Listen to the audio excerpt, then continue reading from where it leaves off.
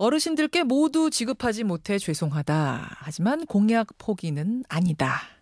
어제 박근혜 대통령이 기초연금 후퇴에 대해서 공식 사과를 했습니다. 결국 정부는 만 65세 이상의 노인들 가운데 소득 하위 70%를 대상으로 하되 그들 가운데 국민연금 가입 기간과 연동을 해서 월 10만 원에서 최고 20만 원까지 차등 지급을 하는 걸로 안을 확정했습니다. 그러면 나는 그 70%에 해당이 되는가? 또 국민연금 부은 거하고 대체 어떻게 연동이 된다는 건가? 궁금증들 생기시죠? 풀어보죠. 이 안에 기초를 확정한 곳입니다. 국민행복연금위원회 김상균 위원장 연결이 되어 있습니다. 위원장님 안녕하세요. 안녕하세요. 결국은 소득 하위 70%에게 최고 20만 원 차등 지급 결론이 났네요. 네. 이 최종안 어떻게 평가하십니까? 정부가 여러 가지로 고민이 많았고요. 고심한 결과 여러 어려운 상황들을 균형을 잡고 또 타협을 하는 결과가 아니었는가 그렇게 생각이 됩니다. 사실은 국민행복연금위원회에서는 소득 하위 80%도 제한하셨잖아요, 정부에. 그렇습니다. 근데 그렇게는 안 됐네요. 낮은 걸로 갔네요. 그러니까요. 70%하고 80%하고 차이는 어느 정도나 됩니까? 재정면하고 행정면을 고려를 할 수 있는데 예. 70%까지는 현재 지금 시행이 되고 있기 때문에 이미 소득 자료가 다 확보가 되어 있습니다. 그런데 80%로 올릴 경우에는 10%에 해당되는 새로운 이제 신청자가 등장하게 되죠. 그렇죠. 그 한 50만 명 예상이 되는데 이제 이런 사람들을 이제 조사를 하게 되고 만약 거기서 탈락을 하게 되면 탈락자들이 불만을 갖게 되고 그래서 그 후유증도 우려가 되고 그렇지 않나. 그런 것도 됩니다. 고려가 됐던 거군요. 그러니까. 했는지 안 했는지까지는 모르겠지만은 그런 점이 있습니다. 듣고 보니까 했을 것 같네요. 그 고려도. 왜냐하면 지금 이미 기초노령연금이라고 10만 원씩 받는 사람들이 70%거든요. 네, 그렇습니다. 그분들이 이제 고스란히 지금 이 기초연금으로 갈아타게 되는 건데 이 기준을 80 혹은 75 이렇게 바꿔버리면 다시 뭔가 신청을 하고 이런 과정이 또 필요할 거다. 아하. 그래서 70%. 자, 그러면 지금부터 궁금증을 좀 풀어보죠. 먼저 정부안이 통과되면 이게 언제쯤부터 기초연금을 받게 되는 겁니까? 이건 내년 7월로 지금 현재 예정되어 있습니다. 내년 7월. 만 65세 이상 소득 70%면 대략이 몇 명 정도 해당되죠? 그죠. 한 400만 명이라고 생각합니다. 400만 명. 제가 앞에서 말씀드렸듯이 기초노령연금 지금 10만 원 일률적으로 받고 계신 그분들 70% 고스란히 다 해당되는 건가요? 아니면 소득 산정 기준 바뀌는 건가요? 그대로입니다. 그러니까 선정 방식은 그대로란 말씀이신 거죠? 그렇습니다. 근데 아시겠지만 기존의 그 소득 산정 방식 그 놓고도 말이 많았거든요. 왜냐하면 70%라고 할 때 그 소득의 기준은 이제 월 수입뿐만 아니라 보유 재산, 말하자면 살고 있는 집이며 자동차며 이런 게 다 해당이 되기 때문에 만약 다달이 들어오는 수입은 없는데 하나도 없는데 평생 모아서 살고 있는 집 한 채가 있다. 이런 경우는 못 받을 수 있는 거죠. 있습니다. 지금 서울 그것도 이제 지역에 따라서 조금 다릅니다만은 지금 서울인 경우에는 대략 한 집만 있을 경우에 한 6억 5천 정도 되면은 탈락이 되죠. 서울의 경우 6억 5천이란 말씀은 그럼 다른 지방은 또 다릅니까? 그게 이제 그 재산 가치에서 공제시켜주는 액수가 대도시, 중소도시, 소도시 이렇게 세 단계로 구분이 돼 있기 때문에 조금 달라지는 거죠. 그렇군요. 서울 기준으로는 6억 5천이 70%. 반대로 살고 있는 집은 자녀 소유고 자동차도 자녀 이름이고 그런데 다달이 임대 수입은 조금씩 들어오는 노인이 있어요. 이 경우는 그럼 하위 70%에 들 수도 있죠. 있습니다. 수입만 있는 노인, 오로지 월 수입만 있는 노인 이런 경우는 그럼 몇 퍼센트가 하위 70%에 해당이 되나요? 단독 가구인 경우에는 한 88만 원. 홀몸 가구인 경우, 홀몸 노인인 경우, 부부인 경우에는 132만 원, 그렇게 되니까 132만 원 정도 신청 가능합니다. 그러니까 위원장님 이게 참 모순이 있는 거 아닌가요? 그러니까 다달이 들어오는 수익이 없는데 평생 모아서 집 한 채가 있는 노인, 이 노인에게는 아무것도 주질 못하고 자동차며 집이며 다 자식들이 잘 살아서 사준 노인 이런 노인은 오히려 받게 되는 이런 엉뚱한 결과 이 모순은 어떻게 해결하나요? 참 그거 참 어려운 문제입니다. 어려운 문제죠. 예. 지금도 논란인 문제죠, 사실. 예. 그래서 그 이제 선정 기준을 어떻게 하느냐, 그걸 보다 더 불만이 없게 합리적으로 가지고 가느냐 하는 거는 계속 연구해야 할 과제입니다. 예, 예. 네. 과제고 그냥 모순으로 남겨두고 이건 넘어갈 수밖에 없는 건가요? 이제 모순을 현재로서는 지금 그런데요. 이제 이것도 이제 매년 조금씩 이제 개선을 해 나가야죠. 개선을 해 나가야 된다. 예, 그러니까 예. 누가 좀 이렇게 불법으로 뭔가 숨겨놓은 게 없는지도 찾아내야 되고. 그렇습니다. 조금씩 개선하기 위해서 노력을 하고 있습니다. 참 그런 모순을 안고서 또 이거 계속 가야 되는 부분, 이 부분이 하나 걸리고. 예. 또 자신이 70%에 드는지 안 드는지 이건 어떻게 하는 건가? 이건 누가 선정해서 알려줍니까? 예. 그러면 이제 홈페이지에 들어가면 예. 이제 그 내용이 있습니다. 아니면은 읍면동 사무소에 일단 가셔서 이걸 내가 지금 이거 의문이 되니까 한번 내 자산을 좀 조사를 해주시오라고 신청을 하게 되면 결과가 나옵니다. 가서 신청을 해야 되는 거군요. 야, 이거는 반드시 신청해야 됩니다. 내가 드는지 안 드는지 알아봐 예. 주십시오. 예. 이거 혹시 정부에서 소외된 노인은 없겠습니까? 이제 그런 경우에는 주위의 사람들이 뭐 권유를 한다든가 또는 그 사회복지기관 같은 데서 이제 챙겨주거나 의뢰를 해주든가. 아니 왜 근데 그렇게 합니까? 이거 알아서 통보해주면 안 되나요?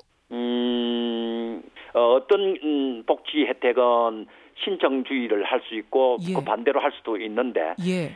지금 이 소득이 적으냐 자산이 많으냐 뭐 이런 걸 염두에 두고 하는 복지 혜택은 예.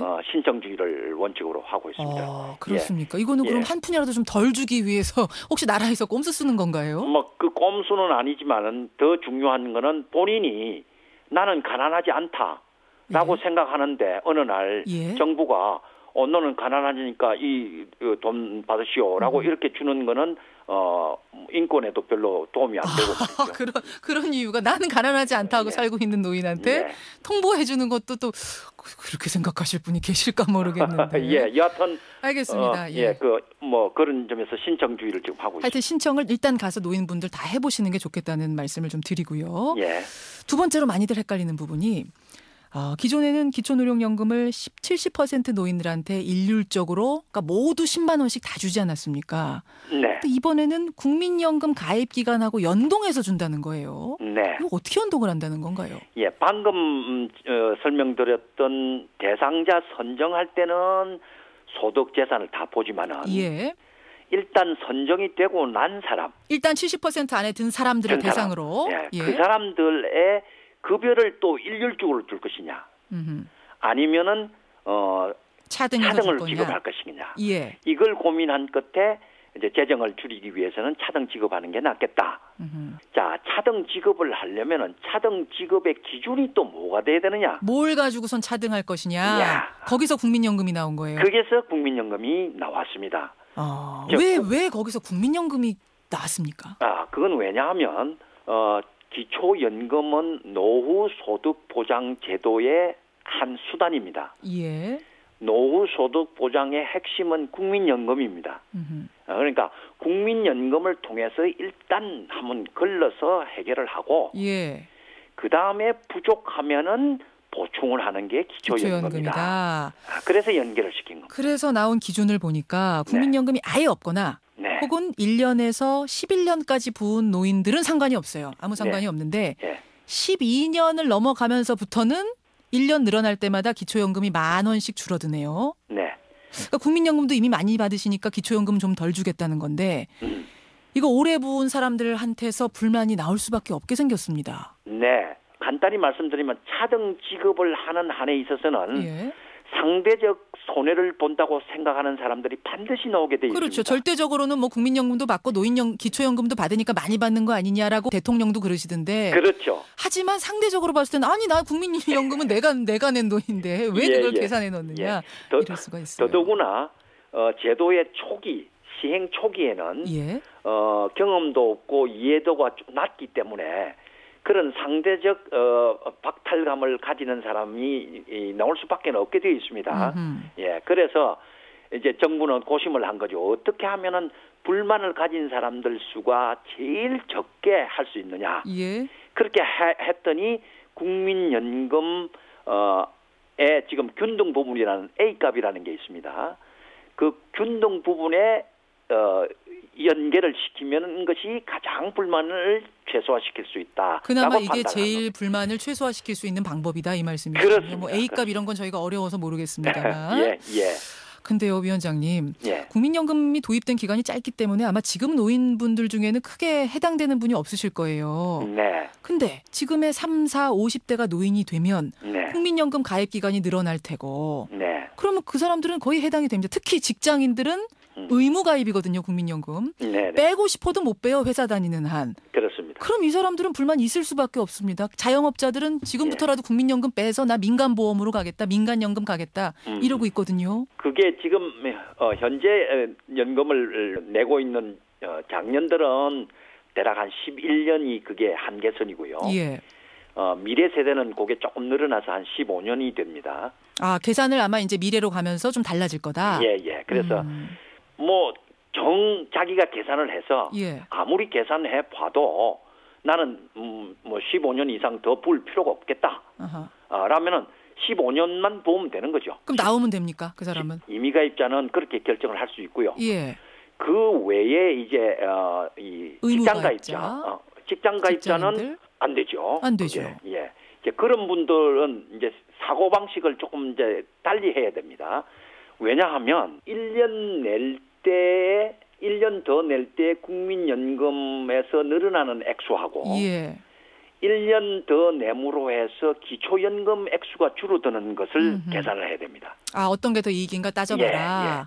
따져보면 국민연금 1년에 벌어들이는 것이 대략 한 10,000원 조금 넘습니다. 그런데 기초연금에서 줄어드는 게 한 7,000원 정도. 그래서 결국은 그대로 계속하는 것이 더 낫다는 결론이 나옵니다. 그래도 이득일 거다. 예. 자영업자와 비교했을 땐 또 상대적으로 근데 이게 또 불이익은 불이익이네요. 자영업자들은 그거 탈퇴해가지고 민간보험에서 더 받을 수도 있는 건데.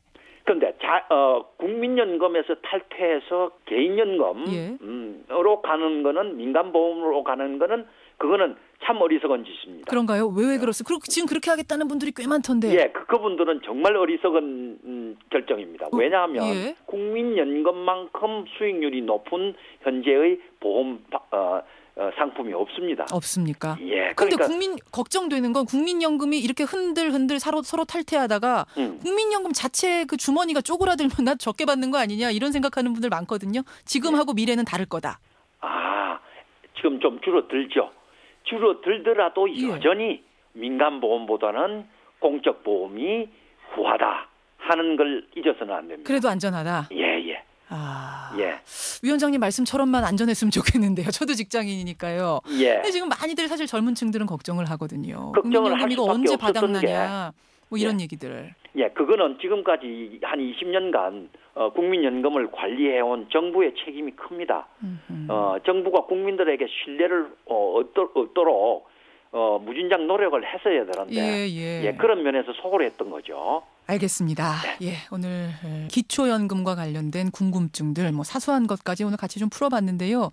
오늘 여기까지 말씀 듣겠습니다. 위원장님 고맙습니다. 고맙습니다. 국민행복연금위원회 김상균 위원장이었습니다.